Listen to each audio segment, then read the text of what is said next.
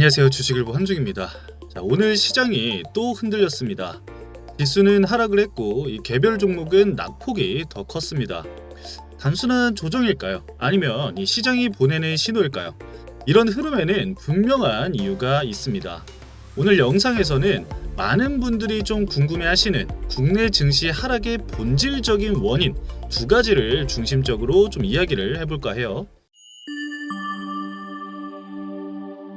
오늘 국내 증시 흐름부터 좀 살펴볼 건데, 코스피는 전일 대비 0.55% 하락을 하고 있는 상황이고 코스닥은 1.2% 정도 하락을 한 상황입니다. 표면적으로는 소폭 하락한 것처럼 보일 수 있지만 종목별 낙폭은 훨씬 컸습니다. 장중 분위기는 지수 하락 이상으로 무거웠고요. 투자자들의 심리는 위축되어 있었습니다. 이유는 명확합니다. 자, 바로 이 정치적 리스크와 공매도 재개, 이 두 가지가 시장을 짓누르고 있기 때문입니다.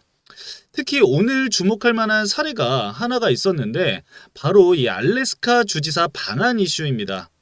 미국 알래스카 주지사가 한국을 방문해서 이 LNG 그리고 에너지 협력을 논의를 했지만 정부의 행정 공백으로 인해서 후속 호재성 발표가 전혀 없었죠.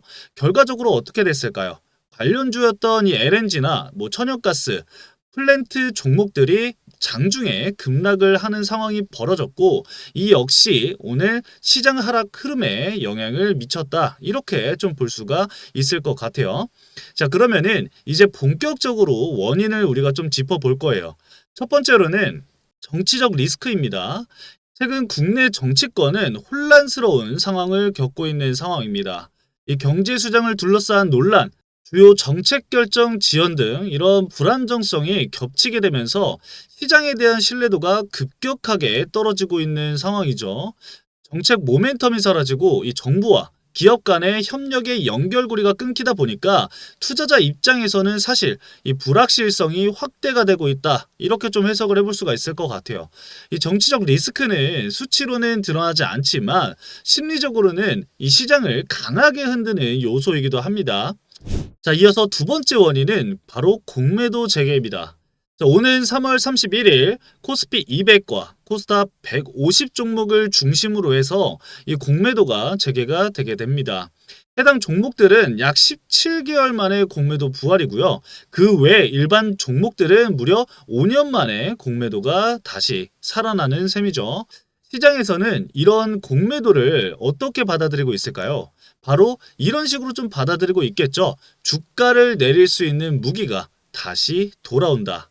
이 때문에 최근에는 이 2차전지, 로봇, 반도체, 그리고 AI 관련 업종의 대차장고가 급증하고 있는 상황을 우리가 살펴볼 수가 있었죠.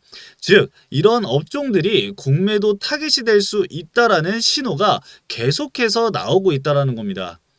투자자들 입장에서는 내가 들고 있는 이 종목이 공격을 당할까봐 선제적으로 좀 매도를 하거나 비중을 줄이게 되는 흐름이 강해지고 있다고 볼 수가 있을 것 같고, 그로 인해서 이 국내 증시 역시 하락하는 원인으로 우리가 꼽을 수 있다. 이렇게 좀 해볼 수가 있을 것 같아요. 자, 그렇다면은 지금 이 상황에서 개인 투자자들은 과연 어떻게 대응을 해야 될까요? 자, 먼저 첫 번째로는 자신이 보유한 종목이 공매도 대상 종목에 포함이 되는지 체크를 해야 되는데, 대차장고 증가 추이와 함께 공매도 증가 역시 함께 여러분들이 살펴보면은 앞으로 내가 이 종목을 어떻게 대응할지를 좀 더 쉽게 판단을 해볼 수가 있다라는 겁니다.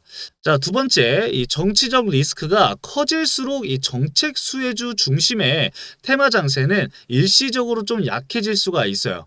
이 법원 판결을 앞둔 만큼 불확실성이 확실한 구간에서는 변동성이 큰 종목의 비중은 다소 축소를 하는 것이 좀 더 유리하겠죠. 자, 그리고 세 번째로는 지금은 이 수익보다 방어가 좀 중요한 시기다라고 좀 볼 수가 있을 것 같아요. 신규 매수도 물론 중요합니다. 하지만 현금 비중을 확대를 하고 그리고 고배당, 실적 기반의 방어주 중심 전략을 좀 고려를 해볼 필요가 있을 것 같아요. 신규 매수를 한다고 하더라도 단기적 데이 트레이딩을 하거나 아니면 공매도가 재개가 됐을 경우에 수혜를 볼 수 있는 저평가 기업들, 이러한 종목들을 우리가 지금 좀 체크를 해볼 필요가 있다. 이렇게 좀 말씀을 드릴 수가 있을 것 같고, 자, 네 번째로는 공매도 해제 이후에 과도하게 좀 하락한 종목에서 쇼커버링 반등이 나올 수 있는 흐름도 우리가 염두를 해 두셔야 될 것 같습니다.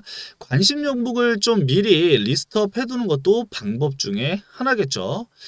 자, 이렇게 오늘 영상에서는 국내 증시 하락의 핵심 원인 두 가지, 이 정치적 리스크와 공매도 재개 이슈를 중심적으로 좀 정리를 해드렸습니다. 보이는 숫자보다 그 속에 깔린 심리의 흐름을 읽는 것이 지금은 좀 더 중요할 것 같아요.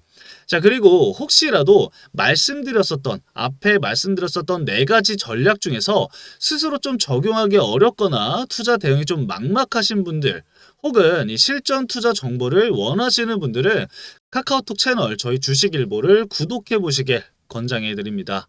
자, 무료로 제공되는 정보와 이 분석 컨텐츠가 여러분들의 판단에 분명히 도움이 될 수 있을 거라고 좀 말씀을 드릴 수 있을 것 같고요. 카카오톡 채널 링크는 댓글란에서 확인을 해주시면 됩니다. 자, 여러분들 구독과 좋아요도 잊지 말아 주시고요. 다음 영상에서는 제가 좀 더 여러분들에게 도움이 될 수 있는 실질적인 이 저평가주에 대해서 한번 알아보는 시간도 가져볼 예정이니까요.